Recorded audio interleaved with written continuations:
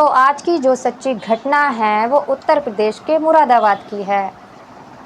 मुरादाबाद में ठाकुर द्वारा कोतवाली क्षेत्र के एक गांव में राजीव कश्यप नाम का एक व्यक्ति था, जिसकी गन्ने के खेत के आसपास लाश मिलती है।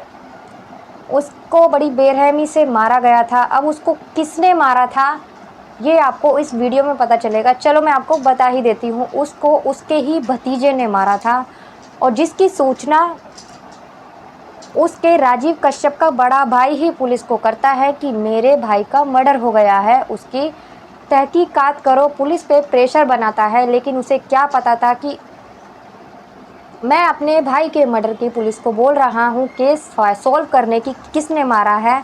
उसे नहीं पता था कि उसी के बेटे ने ही उसके भाई की हत्या की है। तो ऐसा क्या हुआ था कि एक भतीजे ने अपने चाचा का कत्ल कर दिया था, और वो भी इतनी बेरहमी से।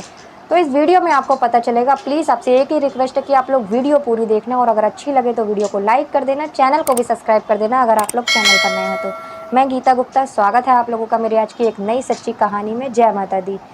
उम्मीद करती हूँ आप सभी लोग स्वस्थ होंगे, मस्त होंगे, अपना और अपनों का ख्याल रख रहे होंगे। तो चलिए देखते हैं इस वीडियो में क्या हुआ था। तो दोस्तों, दरअसल जब राजीव कश्यप अपने परिवार के साथ उस गांव में रहा करता था, तो वो काम किया करता था हलवाई का। जब वो हलवाई का काम किया करता था तो ज़्यादातर वो शॉप पर ही रहता था।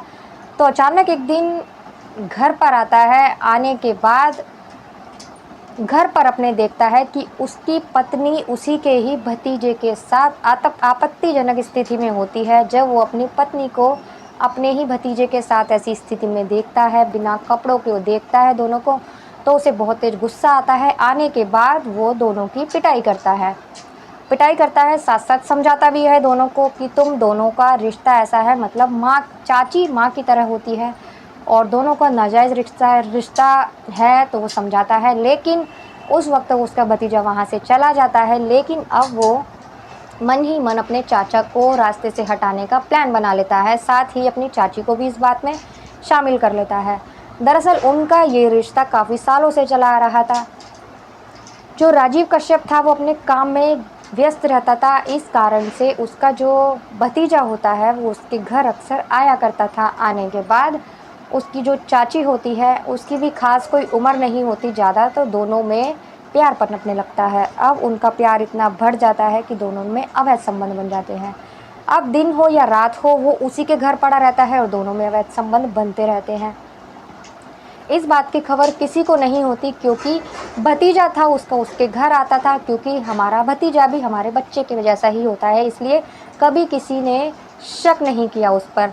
और दोनों का मतलब प्यार इतना ज़्यादा हो जाता है कि एक दूसरे के बगैर रहते ही नहीं थे, और वो अक्सर अपनी चाची से मिलने के लिए वहीं आता था और चाची से दूर नहीं रहता था।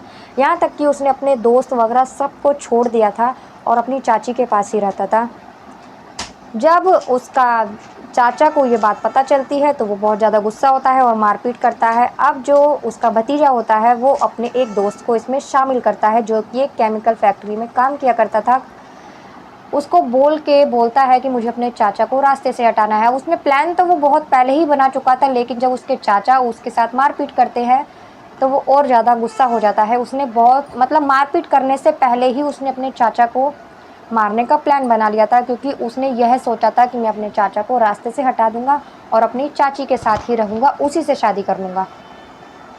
लेकिन जब उसका चाचा उसके संग मारपीट कर देता है तो और ज़्यादा उसे गुस्सा आ जाता है। अब वो अपने दोस्त के साथ मिलता है, और एक दिन राजीव कश्यप जो होता है अपने फूफा के साथ ड्रिंक करा हुआ होता है कुछ, मतलब उसने थोड़ी बहुत पी रखी होती है। साथ ही जो उसका भतीजा होता है वो अपने दोस्त को फ़ोन करता है, और उसे पता लग जाता है कि मेरे चाचा यहाँ पर हैं। वो अपने दोस्त को फ़ोन करता है कि तू मेरे चाचा के पास जा और उन्हें शराब पिलाने के बहाने गन्ने के खेत के पास लेकर आ जा। वो ऐसा ही करता है। उसका दोस्त अब उसके चाचा को शराब पिलाने के बहाने वहाँ लेकर आ जाता है। आने के बाद जो उसका भतीजा होता है वो पहले से ही गन्ने के खेत में छुपा होता है। जब वो वहाँ छुपा होता है, जब वो उसका चाचा वहाँ आता है, तो आने के बाद वो झाड़ियों में से निकल कर आता है और अपने चाचा के ऊपर वार करता है, ईंट से वार करता है। वार करने के बाद उसके चाचा की वहीं मौत हो जाती है। मौत होने के बाद में फिर भी उसको मरने के बाद भी वो बुरी तरह से मारता है। उसके बाद वहाँ से फ़रार हो जाता है। फ़रार होने के बाद में वहाँ के जब आस-पास के लोगों को मतलब किसी को भी उसकी बॉडी मिलती है, पुलिस को सूचना दी जाती है, तो बॉडी की शिनाख्त करने के बाद ये पता चल जाता है कि ये राजीव कश्यप की लाश है, जो कि पेशे से हलवाई है। अब जब उसके भाई को ये खबर मिलती है तो वो पुलिस को बोलते हैं, जब पुलिस बोलती है कि किसका मतलब किस पे शक है तुम लोगों को, तो वो कहता है कि मुझे उसी की पत्नी पे शक है। हालाँकि उसको ये नहीं पता था कि मेरे बेटे का ही मेरी मतलब भाई की पत्नी के साथ अवैध संबंध है। वो सोचता था कि किसी और के साथ है। अब वो ये बोल देता है कि उसी की पत्नी पर मुझे शक है। उसकी पत्नी को सख्ती से पूछताछ की जाती है और उसकी कॉल डिटेल निकाली जाती है। साथ ही पहले राजीव की कॉल डिटेल निकाली जाती है तो उसके भतीजे का नाम सामने आता है। मतलब उसके भतीजे से ही उसकी बात हुई थी और उसके दोस्त से भी बात हुई थी। उसके दोस्त को गिरफ्तार किया जाता है। गिरफ्तार करने के बाद में वो बहुत जल्द अपना गुनाह कबूल कर लेता है। बता देता है कि मेरे दोस्त के कहने पर ही मैंने ये सब कुछ किया है और मेरा दोस्त इसमें शामिल है। फिर उसके भतीजे को भी गिरफ्तार किया जाता है। गिरफ्तार करने के बाद में सख्ती से जब पूछताछ की जाती है तो वो सारी सच्चाई बता देता है। कह देता है कि मेरी चाची के साथ अवैध संबंध है और हम दोनों एक दूसरे से प्यार करते थे, एक दूसरे से शादी करना चाहते थे। इस बीच मेरे चाचा रोड़ा बन रहे थे और मेरे साथ उन्होंने मारपीट की। मैंने उनको मारने का प्लान तो बहुत पहले से ही बना लिया था, लेकिन जब उन्होंने मेरे साथ मारपीट की और कहा कि मैं तेरे पापा से शिकायत कर दूंगा तो मुझे गुस्सा आ गया और मैंने उनको मारने का प्लान बना लिया और मैंने उनको मार डाला। उसका बयान जब ले लेती है पुलिस, वो सारी सच्चाई बता देता है तो उसको गिरफ्तार कर लिया जाता है, साथ ही जेल भेज दिया जाता है। उसके भाई को क्या पता था कि मैं अपने भाई का केस पुलिस को सॉल्व करने के लिए बोल रहा हूँ कि इसके अपराधी को पकड़ो, कि किसने मेरे भाई की हत्या की है।